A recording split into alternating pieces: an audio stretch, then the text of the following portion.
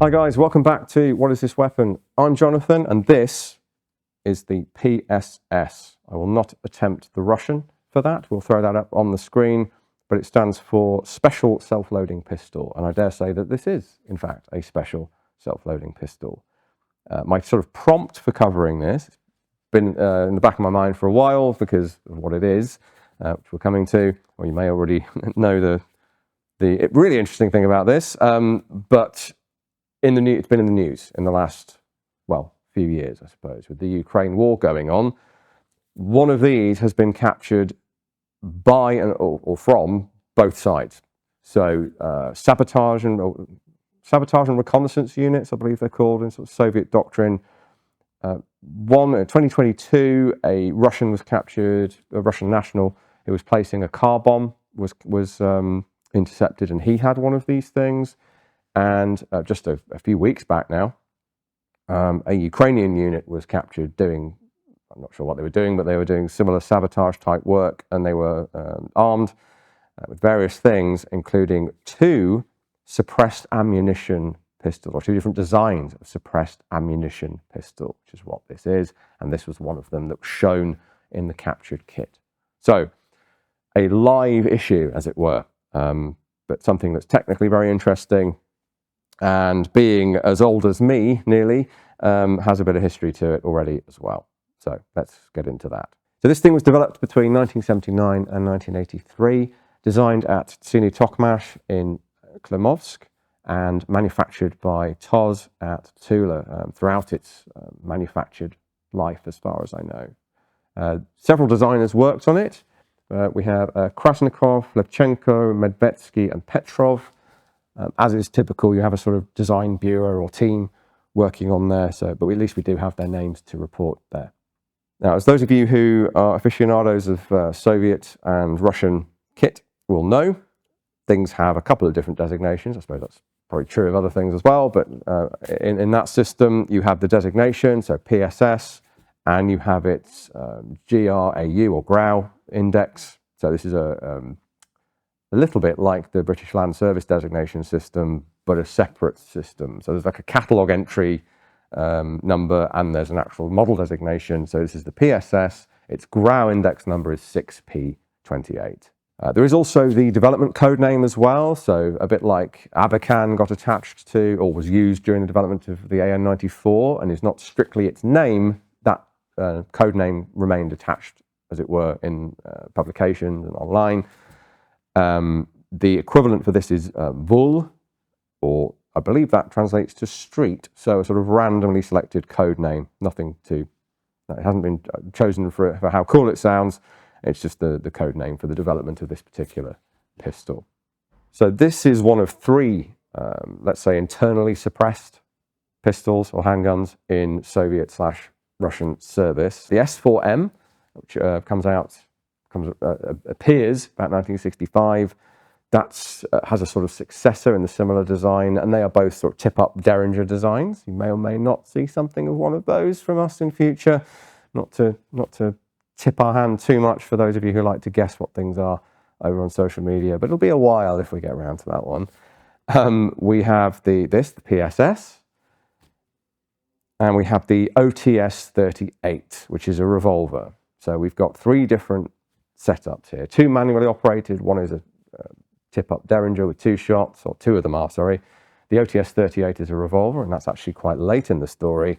This one sits in the middle and is a self-loading pistol design. And they all use this really very clever ammunition system, which, not to tease you too long if you're not aware what this is, we'll get into the detail a little bit later, but it uses a piston inside the cartridge case to seal the propellant gases in place and let the bullet carry on its merry way. So no external suppressor needed.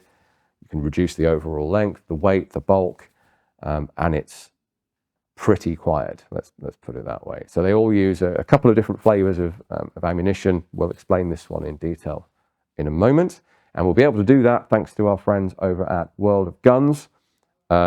This is actually a very simple principle. It's not like our AN-94 episode or the God forbid the G11, but nonetheless, I think there's something to be there's added value of seeing this thing cut away and firing both the mechanism of how this works, because it's not wholly conventional. It uses conventional technology, but the design is unusual. To see that cut away or x-rayed, to play with it, to strip and assemble it. You can do all of that in World of Guns. I'm a big fan, and we do collaborations with World of Guns because they add something to the videos. And then the actual ammunition and how that's working in detail, you can slow that right down by up to 50 times and see exactly what's happening and how that bullet is getting punted down out of the barrel. Definitely check it out. A bit more about that at the end of the video.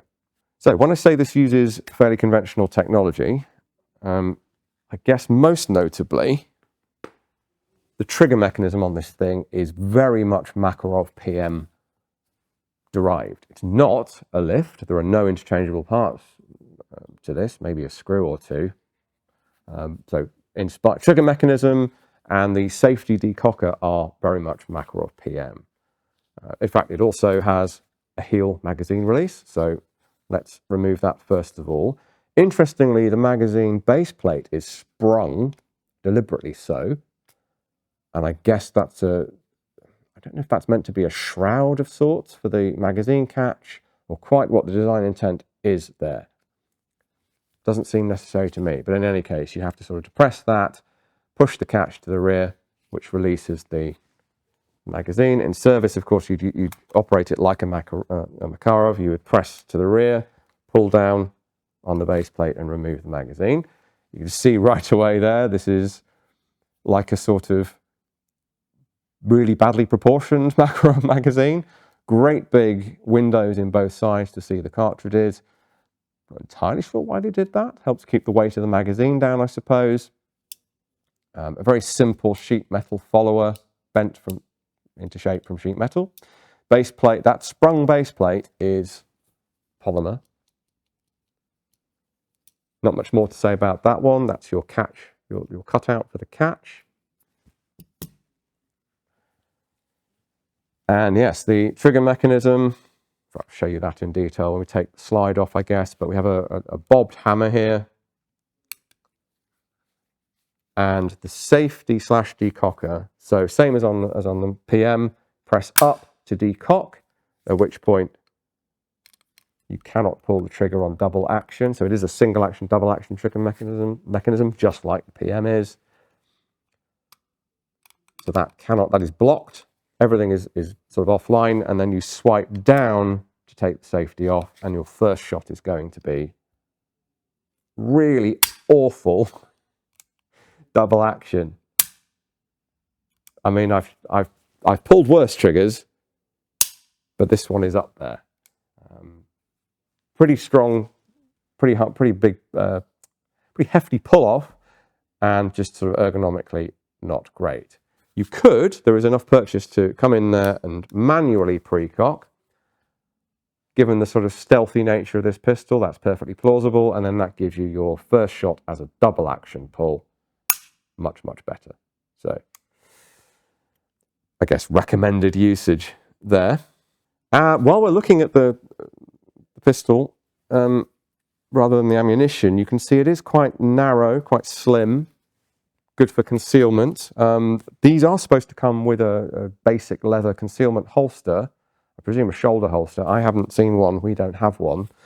What it does come with, what ours came with in its original, not very impressive cardboard box, is a cleaning rod, which we'll come back to in a moment, because it has a second function, although I think it's a bit of a redundant function, but it is there. So quite a slim design, quite a short design front to rear, especially when we consider that this sort of spoiler really, but this is as quiet as the most quiet suppressed pistols that use suppressors, sound suppressors, silencers, but is no longer than, well, pretty much a Makarov. So very short overall length, not awful height to it, and very, very slim.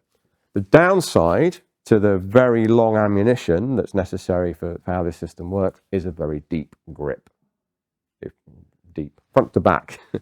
So I've got fairly long fingers and it's a little uncomfortable for me to grasp. Does the job, but yeah, quite problematic for those with small hands to get enough of a purchase Still going to work. Also a fair bit of, or at least it feels like it has a fair bit of height over bore, but that's not the whole story, because this assembly at the top here, this is your recoil spring and guide rod setup up here, on top of which perch your radioactive, by the way, sight. These have been lacquered in place. If you should come across anything of this vintage, do be careful of the sights. If they glow or look like they used to glow and they're deteriorating, that can be a problem. You don't want that inside you. Same problem goes for aircraft dials, that kind of thing. Horror stories of people sleeping with cracked radiation dials next to their, on their nightstand or whatever, and getting affected by that. So something we take very seriously here as a public institution. These are intact, stable and lacquered, and I'm not going to touch the sights themselves. And we only have it out for a short period anyway. Nonetheless, recoil system sits on top of the barrel. So if I point the muzzle towards you, you'll see the barrel sits in the middle. So it feels like it's got a lot of height over bore, but it really doesn't have significantly. How that translates to recoil impulse, unfortunately, I don't know. We don't have any live ammunition for this thing. And we only have one of these, so it would be a tough ethical call as to whether we did shoot it or not, unless there was some special need to. But we don't have the ammo, so it's not happening. Some people have shot them though, and there's a bit of information I can tell you from their experience.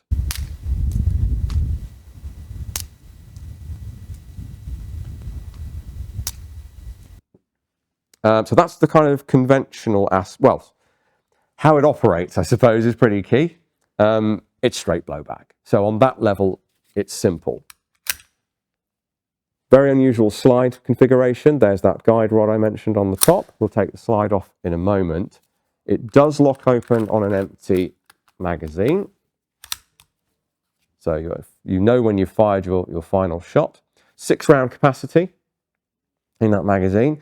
A massive improvement over the original S4M with its 2 shots, and much quieter than the Makarov PB suppressed Makarov. So you're trying to go for either multiple shots with a bit less, with a bit of a louder report, or you're going for only 2 shots but super quiet, till this comes along and sort of does both. So there's no slide release on this. So we changed magazines. I mean, I really hope you're not having to fire more than 6 shots at your target with this thing, but nonetheless, if you are, you've changed magazines and pull the slide to the rear, and it would go forward, chamber the next round. Now, even the blowback mechanism on this is a little unconventional, so I'll show you that in a moment. Just before we get to that, what else do we have? Well, the pistol, so pistol grip is a similar sort of arrangement to the Makarov. Big old bolt, well, big old head on the bolt anyway, or large screw on the rear. You can take that off and slide the grip off. I don't think we have a need to do that necessarily. There isn't very much underneath this, and you can see, and if you need to see the mainspring in there, you can see that on World of Guns as well. But that is, as far as that goes, it's similar to the Makarov. On the Makarov, the grip wraps around and the front strap is steel. On this one, the whole thing, basically the whole grip is polymer. So it's relying entirely on the sort of tang under here with the screw. So perhaps not the strongest ever, but it feels pretty robust to me, I have to say. Slide serrations, obviously, fewer on the left side because of the safety decocker, but plenty to get hold of. An external extractor, similar to the Makarov, and some slightly weird lines, I think you'll agree. Fairly crude finishing on this example. The S4M appears to be beautifully made and blued. This is a little bit more rough and ready. This one we believe was made about 1998. We acquired it in 2003. We'll just try and give you the sight picture there. So really quite tall and very, very wide rear sight notch, and quite a robust, chunky front blade there. We'll see if we can get you a view down those sights. And you can see the, formerly, I don't think they're glowing anymore, but glowing night sights. So presumably a radium paint on the four front and rear sights. So you end up with a dot on top of a dot. Rather than a dot and two dots or a channel or anything, you're placing one dot on top of the other. I mean, I think at the sort of ranges that this is going to be used at, that's more than adequate, to be honest. So let's take the slide off, do the field strip. Anything more than this is not really necessary. Now, this is where the cleaning rod in theory comes in, because there's a little plunger at the back of the slide up here. This hole here is just a blind hole, goes nowhere, does nothing. I presume that hole's just been drilled for weight reasons, because it has no mechanical function. That bit up there does, and if I poke that, you'll see that the whole muzzle assembly slides forward, and that's supposed to be part of the disassembly process. In practical fact, and maybe that's just for ultra safety purposes, so that if someone hasn't unloaded the pistol properly, they're not putting their fingers in front of the muzzle, because the other way to do it, pull that out, rotate to the side. I guess it would be slightly easier with the cleaning rod. That then frees up the slide assembly, disengages the recoil spring from the weapon. It's the rest of the weapon. And that goes as far as that. Now, that allows me to show you, well, firstly, we can see there's a feed ramp there. So the cartridges are coming up from the magazine. Magazine in place. There's the follower. I don't have any rounds I can put in the magazine. I don't want to scratch and wear the ones that we do have. But you get the idea. Follower presents the nose of the round upwards. That then hits the feed ramp. And then why is there a huge gap? Well, there is a reason for that. So we'll take that back out. In this configuration, I can manipulate or show you how that works. So there is it's essentially a two-part barrel, or a barrel with a substantial sliding chamber to it. And you can see that in recoil, that sliding part of the barrel assembly has come nearly all the way back to the ramp, far enough for the cartridge to actually feed up and into the chamber. So it's blowback, but it has this weird sliding chamber, the purpose of which has been speculated upon. And I think Dr. Phil Data, who wrote on this, there are quite a few sources on this, we'll put in the description as we usually do. Please do check those out. I think his explanation is probably the best on that. Also articles by Maxim Popenker, who has covered this as well. He's also got it on his website. Show you that from the top, so that you see that in fact there is a great big gap opening up every time this thing recoils. So quite unusual. To get this fully off, we have to be aligned just so.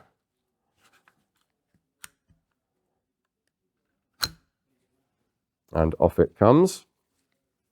To get that at just the right angle. So here is we won't take it any further, but this is our slide assembly. Straightforward firing pin runs the full width of this, as on the Makarov.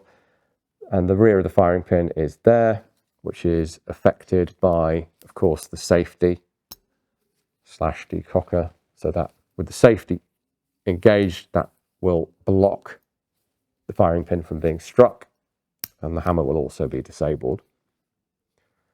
There's that extractor. There's our recoil spring in situ, and we can pull on the guide rod there and show that that's where the energy is being stored to then bring the slide back forward again. That's sort of conventional but unusually arranged. And then we have, now this has its own internal spring, this sliding chamber. That's why I showed it to you still assembled, because it's really quite hard to get a purchase on to pull back manually. So that's its own thing.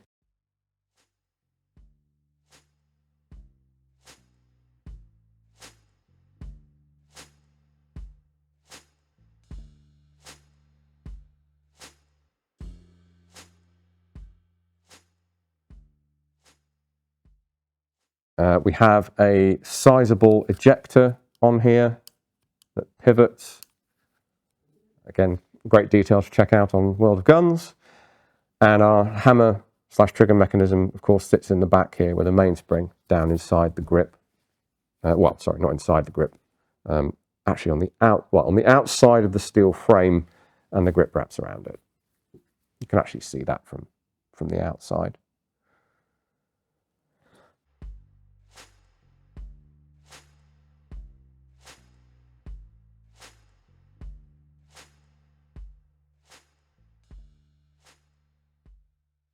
So one theory for this sliding chamber is that it dampens the sound of the slide coming forward. This being so quiet that you might want to moderate the sound, the clacking sound, which is quite loud, and as I'm sure you've gathered by this point, of this slamming forward.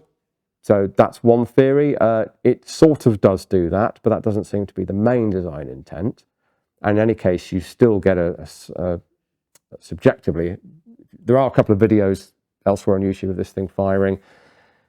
There is still just the noise of the report of the pistol and the slide coming to the rear, subjectively to me, sounds basically the same as, like, there's no significant component that I can hear of it coming forward, but it'll still be there. Every little adds to the overall report of a suppressed weapon firing. So if the chamber having to be slid forward again as the whole thing comes forward slows down the final closure of the slide, that's definitely going to make it ever so slightly quieter. Whether you can actually detect that, I don't know. Now, the theory that I've read and that I tend to believe as to the primary design purpose is because the design of this pistol, otherwise with a steel case, if there was not the sliding chamber to factor in a sort of dwell time almost, the case walls would still be stuck to the chamber under pressure when the slide tries to come back, and the thing isn't going to function properly. So it's almost like a Nielsen device on a suppressor, but built into the gun and designed to accommodate, I guess, how much surface area there is with the cartridge and the pressure curve that this thing has as a straight blowback weapon. So that's from Dr. Phil Data, who is maybe one of, if not the world's expert on suppressed firearms.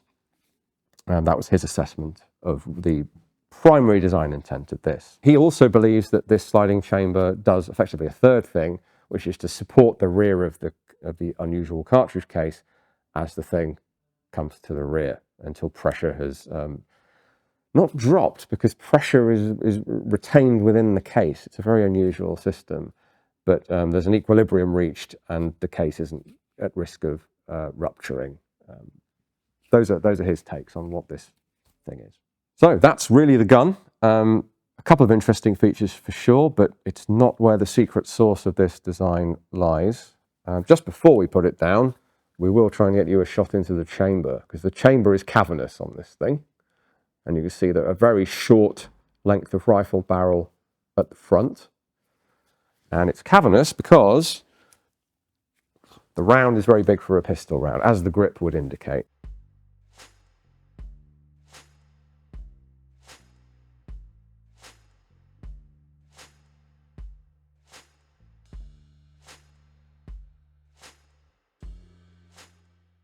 So here is a fired case.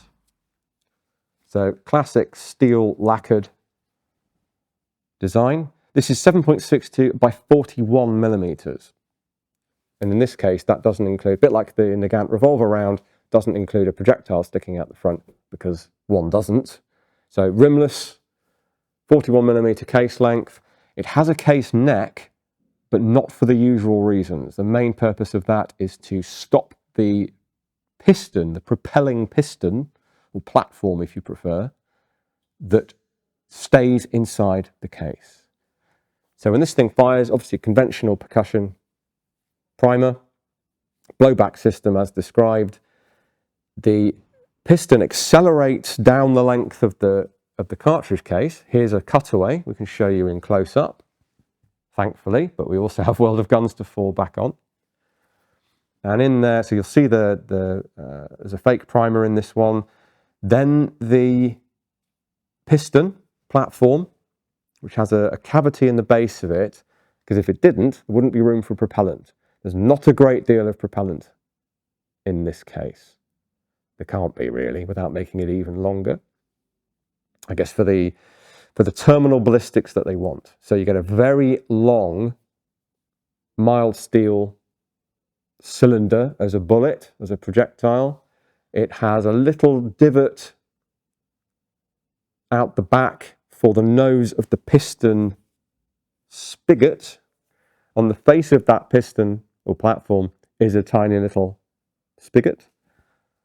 That helps to centralize the bullet or projectile. It's not really very bullet shaped in the system. So it doesn't, to aid with precision or accuracy, so that it's not sitting at a slightly different place on the piston each time. It's in theory centered by that spigot. Then at the front, and it's cut away on this one, the bullet itself is cut away. See, the nose is flat. You can see, hopefully, brass. There's a brass driving band around the nose of the projectile. That is what engages the rifling and rotates the bullet for rotational stability. Typical rifling stuff. But instead of having a lead projectile or a full envelope or on a steel core that fits the rifling engraves into that, that's only happening at the front of this bullet. So there's nothing conventional about this. The bullet material is essentially 90% mild steel. There's no enclosing jacket. It's not shaped like it's not cylindro-conoidal, or it doesn't have an ogive or anything like that. It's just a whacking great steel bar flying through the air at you.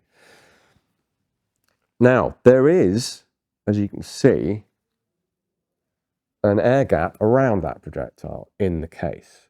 And I guess that's an inevitability of having to neck it down to stop the piston flying out, because the whole point of this is to contain the pressure within the case so you don't get that pressure differential that creates that bang.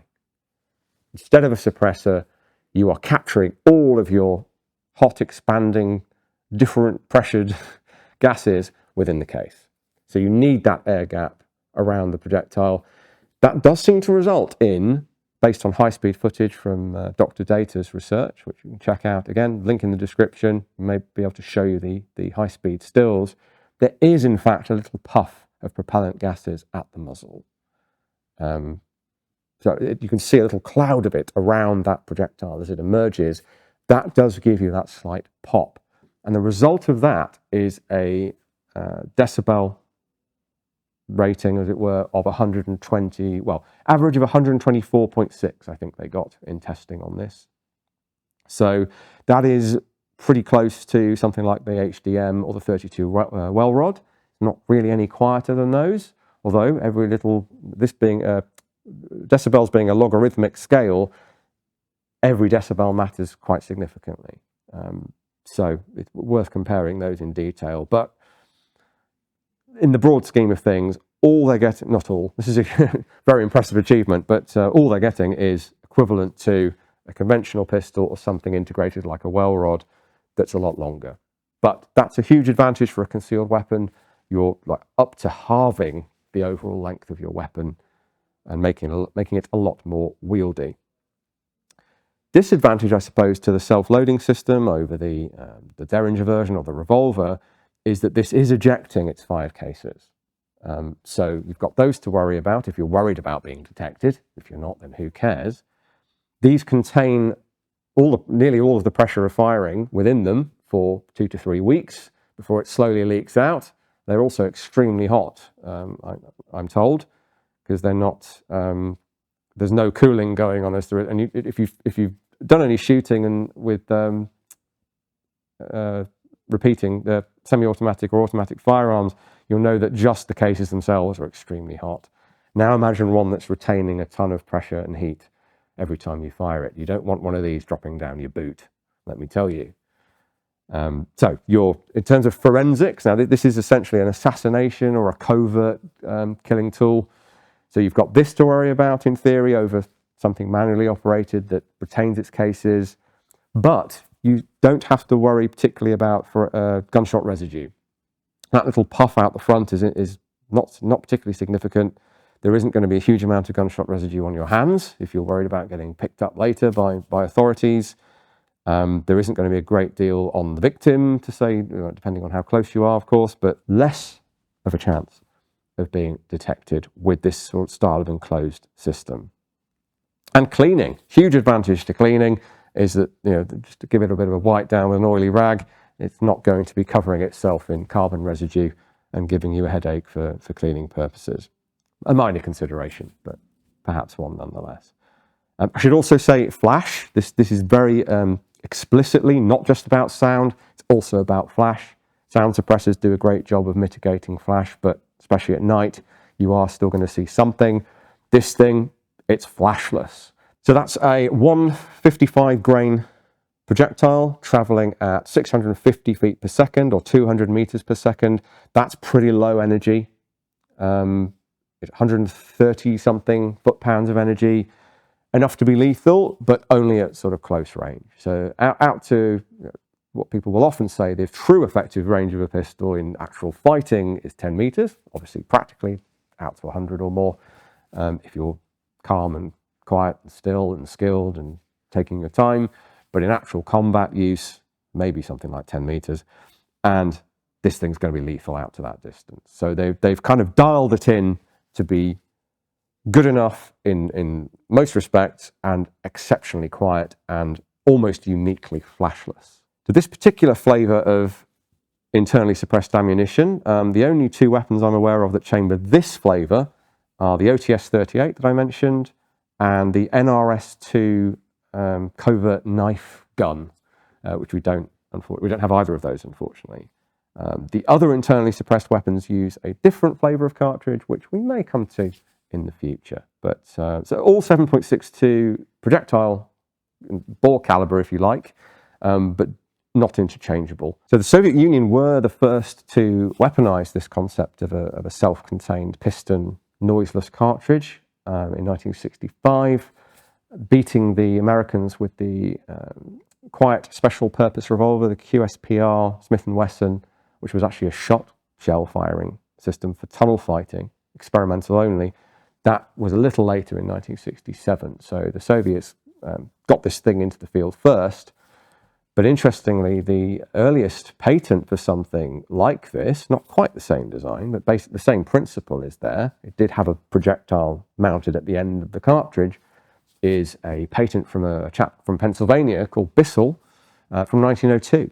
So this is another case of an idea being come up with decades before someone is able to practically weaponize it, as it were. So the actual use of this thing, so Spetsnaz loosely, that is a very loose term, but units intended to operate behind enemy lines, as we saw with the modern day captures of these things, and also specialist KGB units, notably the well-known Alpha group. Used also by OMON and SOBR units, so sort of equivalent to Western SWAT teams for law enforcement purposes as well, so covert law enforcement purposes, so going after drug dealers, that kind of thing, where stealth is sort of the essence. So this thing remained secret for a number of decades until the late 90s, when the sort of state arms export apparatus started to advertise it for sale. So we believe this one was made about 1998. We purchased ours in 2003. And this thing was on the TOS-Tula website until 2018, at which point it disappears, which is perhaps indicative of it coming off the market. Now, by that point, there was a PSS-2 in government service, military service. That was adopted in 2011 by FSB and special security units, firing the SP-16 round. This is the SP-4. The new SP-16 round is doing 300 meters per second, 100 meters per second more velocity, a substantial improvement in capability over this thing. And the pistol itself looks more modern as well. So substantially redesigned, sort of the equivalent of the S4M moving over to the MSP. They've gone back to the drawing board and come up with a new modern design, which presumably is still in, well, this is still in use, but is in more sort of frontline security service and covert military use. So really, if you think the well rod had a good old service life, probably last seeing use in the early 90s, but that's long since out of use. The West has moved over to detachable suppressors for the most part, a few integrated suppressed designs, but not really so much for pistols. They're kind of happy to just screw on a suppressor as and when necessary to achieve up to an equivalent level of sound suppression, although they've also sort of standardized on 9mm rather than special calibers that can be even quieter. So of the things that are still out there being used, the PSS and PSS2, OTS 38, these are the quietest concealable designs out there, I think it's safe to say, and it's all down to the secret sauce of that special self-contained piston-based ammunition where you're not suppressing the gun, you're suppressing the ammunition.